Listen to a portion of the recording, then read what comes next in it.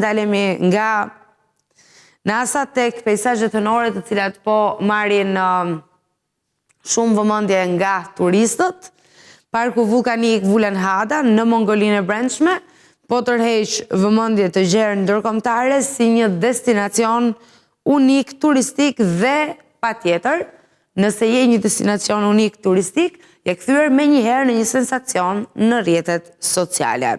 Zona është kthyer në një pikë referimi për fotosesione me tematik astronautësh, të cilët kanë pushtuar platformat online dhe kanë nxitur interes të madh nga vizitorët.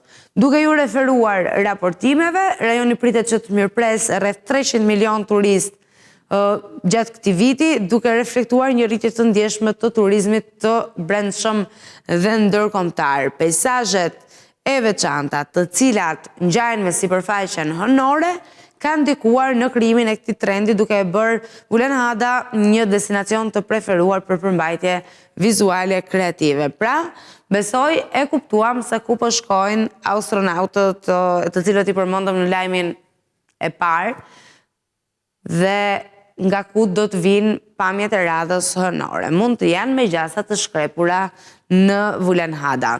Megjithatë, bëjmë shaka, por të paktën për fëmijët ky është kthyer në një destinacion ku lehtësisht ata mund të arrijnë ato ndërimet e tyre për të shkuar në hapësirë, që është praktikisht e pamundur vetëm për ata që kanë një formim të caktuar edhe një trajnim të caktuar sikurse janë astronautët, por ata që nuk mund ta bëjnë kanë mundësi që ta realizojnë këtë në një lloj pike në Vulan Hada në Mongolinë e Brendshme. Mund të jetë një nga ato destinacione të cilat padyshim njerëzit i lë të mahnitur. Ekspertët e turizmit theksojnë se ndikimi i rrjeteve sociale po luan një rol kyç në promovimin e zonave të tilla, duke i kthyer ato në destinacione virale brenda një kohe goxha të shkurtër. Fenomene të tilla po dëshmojnë se marketingu digital dhe përmbajtja vizuale kanë transformuar mënyrën se si udhtohet dhe përzgjidhet në destinacione turistike. Dhe kjo nuk është diçka e cila ndodh vetëm në vende të tjera të botës, kjo po na përfshin edhe neve, po ta keni vënë re.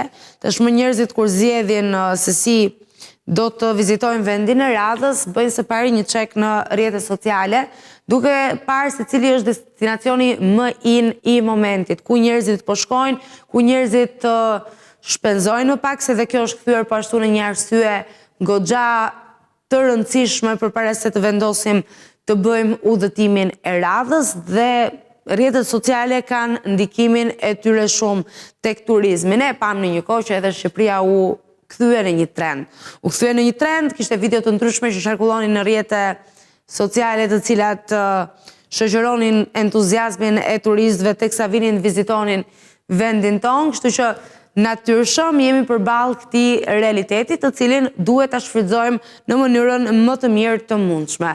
Në Mongoli e kanë bërë, shumë vende të tjera e kanë bërë, ne po e bëjmë ditë pas dite, dhe kjo është një lajm edhe sinjal i mirë, sepse ajo çfarë ka vërtetuar vit pas viti turizmi është një industri në të cilën nëse ti përfshihesh seriozisht, impenjohesh seriozisht dhe vendos aty kapacitete të cilat mund ta përballojnë, mund ta mbajnë, është një industri e cila shpejt fillon edhe të kthehet në një motor kyç për ekonominë e vendit.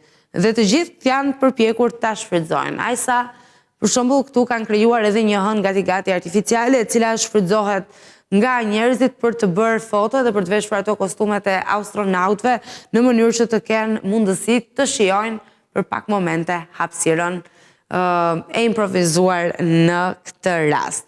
E improvizuar po nga natyra, jo nga dora njerëzore. Mirë, të ishin edhe lajmet në Viral.